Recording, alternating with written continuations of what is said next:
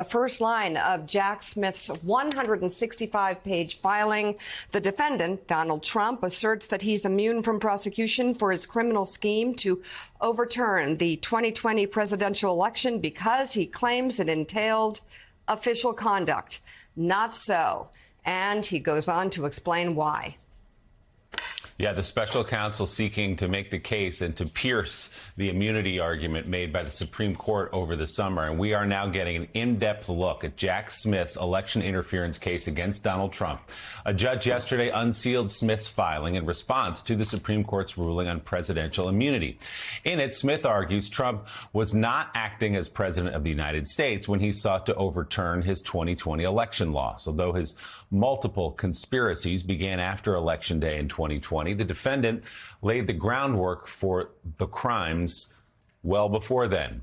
Smith goes on to write, that same day, in an implicit acknowledgement that he had no lawful way to prevail, the defendant sidelined the existing campaign staff responsible for mounting his legal challenges, who were telling the defendant the truth that he did not want to hear, which is that he had lost. The defendant turned to a private attorney who was willing to falsely claim victory and spread knowingly false claims of election fraud.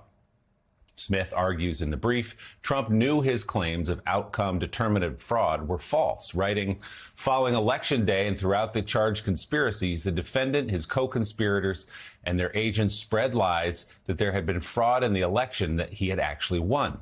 Smith details conversations between Vice President Mike Pence and Trump in which Pence told Trump he had seen no evidence of fraud in the election. Pence, Smith writes, gradually and gently tried to convince the defendant to accept the lawful results of the election, even if it meant the defendant lost. Smith also highlights Trump's speech on January 6, writing, the defendant repeated the same lies about election fraud in Arizona, Georgia, Michigan, Nevada, Pennsylvania, and Wisconsin that had been publicly or directly debunked. The defendant used these lies to inflame and motivate the large and angry crowd of his supporters to march to the Capitol and disrupt the certification proceeding. The filing from Smith details another conversation between Trump and Pence on January 1st, where the former vice president explained he did not believe he had the power under the Constitution to decide which votes to accept. Trump then told Pence, quote, hundreds of thousands of people are going to hate your guts and people are going to think you're stupid, and berated Pence pointedly, quote, you're too honest. Smith argues even if the court determines these conversations were official, the government can rebut the presumption of immunity because the use of this evidence poses no risk to executive branch prerogatives.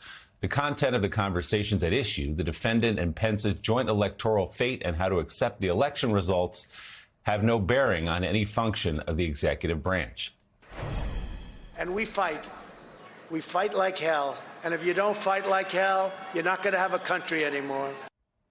So, of course, that is Donald Trump back on January 6, 2021. Chuck Rosenberg. So this is 165 pages, as Mika said. There's a lot to sift through, a lot of detail.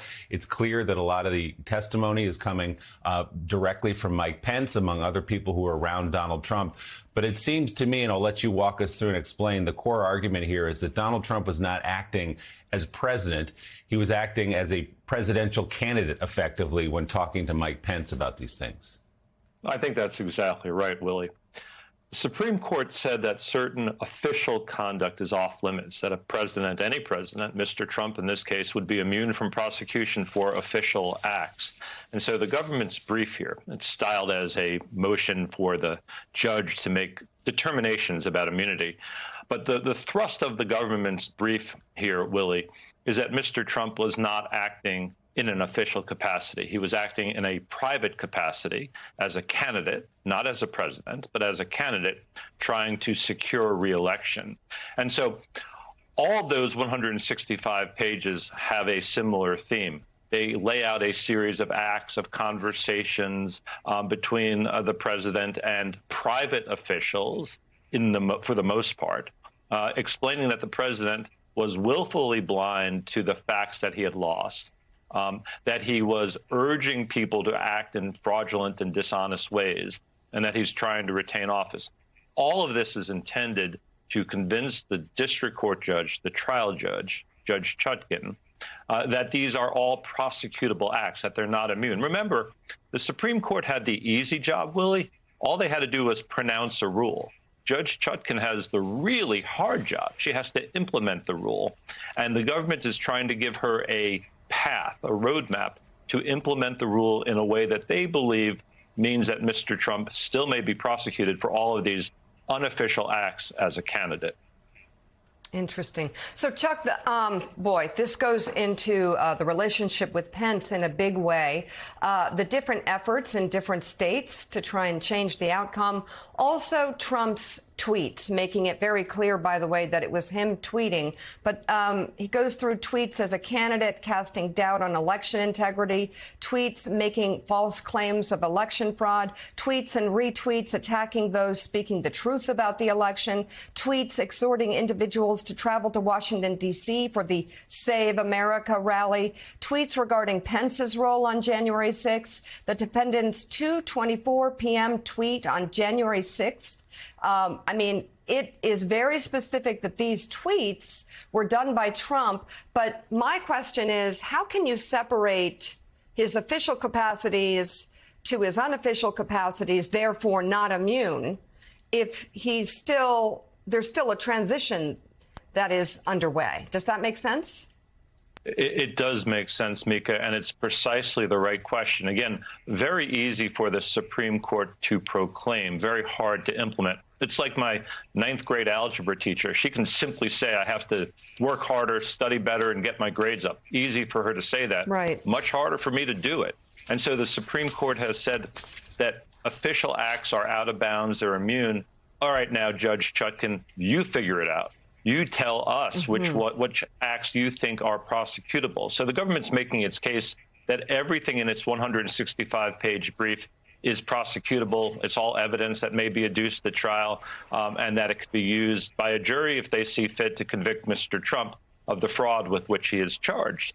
But to your point, Mika, some of this stuff, and I have no doubt Mr. Trump's attorneys will argue that some of this stuff is official conduct, particularly, right, conversations that Mr. Trump had with his then vice president. So I think this is a very difficult task for Judge Chutkan. I was not able to get my grades up in algebra. Easy for my teacher to say I should, harder for me to do it. And so this is just the opening salvo in what I think is going to be a long, difficult stretch of pretrial litigation. Well, that was one of my questions, was if you thought this was going to be a tough slog to push this through with the judge. But secondly, was there anything in here that surprised you? Not really. I mean, this reads a little bit like a trial brief or a trial memorandum. Sometimes before a complex trial, prosecutors, and I've done this, will file a trial brief telling the district court what they should expect from various witnesses, so there's no surprises. This is not styled as a trial brief. This is styled as a motion for the judge to make immunity determinations. But it really lays out much more of the government's evidence. I don't know that it's all of it, but it's probably most of it, at least in broad strokes. And so they're doing this because they have to adduce at trial evidence that is not immune.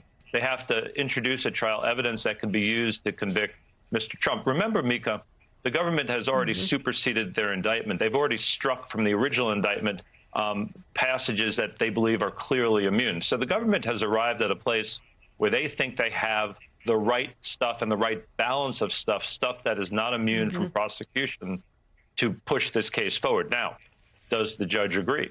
We shall see. Donald Trump was asked about the unsealing of this brief yesterday, the redacted brief, in an interview last night. Here's what he said. This was a weaponization of government, and that's why it was released 30 days before the election. And it's nothing new in there, by the way, nothing new. They rigged the election. I didn't rig the election. They rigged the election. Okay, so Jonathan Lemire, he said someone else rigged the election. We can sift through that a little bit later. But if you look through these 165 pages, just some of the detail, which again is not terribly surprising based on the reporting we've seen, based on that volume produced by the House committee on January 6th and on the election of 2020. But there are some moments that stand out, as when an aide came up to Donald Trump on January 6th as he sat scrolling Twitter and watching Fox News and said, your vice president, Mike Pence's life is in danger. The Secret Service has rushed him. He's not safe right now. And Donald Trump is alleged to have said, quote, so what?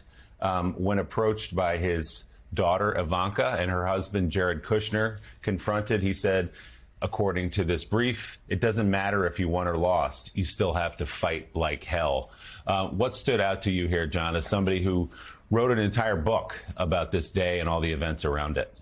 I mean, you're right, Willie. No real surprises in here, but vivid detail. And you just tick through some of them. Trump's utter callousness and uncaring on January 6th when there was violence to the point that put his own vice president's life in danger. We have also in here an unnamed campaign aide from an earlier moment actually saying, make them riot, when there was a disturbance at another campaign office. This was part of the plan to stir unrest, to fight, to intimidate, to try to overturn the will of the people. And, Caddy, this comes, Donald Trump claims this is election interference. Two rebuttals to that. First of all, let's remember in 2016, James Comey's letter about the FBI investigation to Hillary Clinton came about a week before the election. This is much further out. Also, the reason why this is coming out now is because of Donald Trump's legal team's own delay tactics, the push that they have made, and then the Supreme Court decision about immunity, which Jack Smith is trying now to circumvent. So I don't think this quite qualifies as an October surprise, but it is a reminder to so many Americans what Trump did, what those years were like, what another Trump presidency could be like. Do you think it is going to matter, this election? I think you're right that, we've got a lot of October surprises, and we're only, into day 3 or day 4 of October, and there are a ton out there, most of them around the world. I don't think this does count as one. So far, every time that Donald Trump has had some kind of a legal setback. And I think, what Chuck was saying earlier about whether this is a hard slog for Jack Smith to define whether this was his role as a candidate or his role as a president, given that he was both at the same time. So how do you distinguish between the two? But every time he's had this in the past, he's used it to raise more money. So on the Trump side, they feel this doesn't set them back necessarily. I think it is interesting that this kind of sheds light on J.D. Vance's last few moments of the debate. When you hear what Donald Trump was saying last night about, I didn't rig the election. I mean, they rigged the election. In other words, again, saying the election was stolen because it was a fake outcome, according to Donald Trump. That is why J.D. Vance was put in that position at the end of that debate. It's a tough one for him to get through.